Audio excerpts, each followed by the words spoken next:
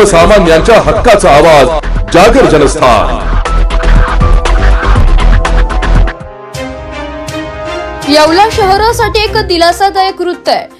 शहराला होणारा पाणी पुरवठा आता 4 दिवसांऐवजी दर 3 दिवसांआड केला जाणार असल्याची घोषणा नगराध्यक्ष राजेंद्र लोणारी यांनी केली आहे। येवला लासलगाव मतदारसंघाचे आमदार तथा अन्न व नागरी पुरवठा मंत्री छगन भुजबळ यांच्या आदेशानुसार आणि माजी खासदार समीर भुजबळ यांच्या सूचनेनुसार येवला शहरासाठी पिण्याच्या पाण्याचे आवर्तन सोडण्यात आले होते।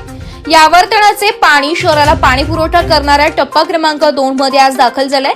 पाणी दाखल होताच टप्पा क्रमांक 2 च्या ठिकाणी उत्साही वातावरणात जलपूजन करण्यात आलंय।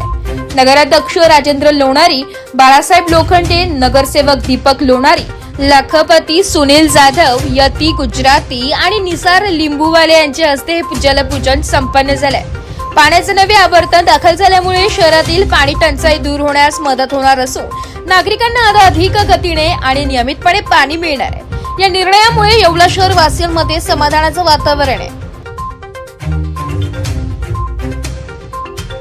टप्पा क्रमांक 2 आज भुजबळ साहेबांच्या माध्यमातून व समीर भाऊच्या माध्यमातून येवले नगर परिषदेच्या साठवण तलावामध्ये पाणी आज पोहोचलेले आहे। तरी येवलेकर जनतेला जे विनंती केली होती का ते 3 दिवसाआड पाणी देत होतो ते 4 दिवसाआड केले होते, ते आता परत 1 दिवस कमी करून 3 दिवसाआड देण्यात येईल।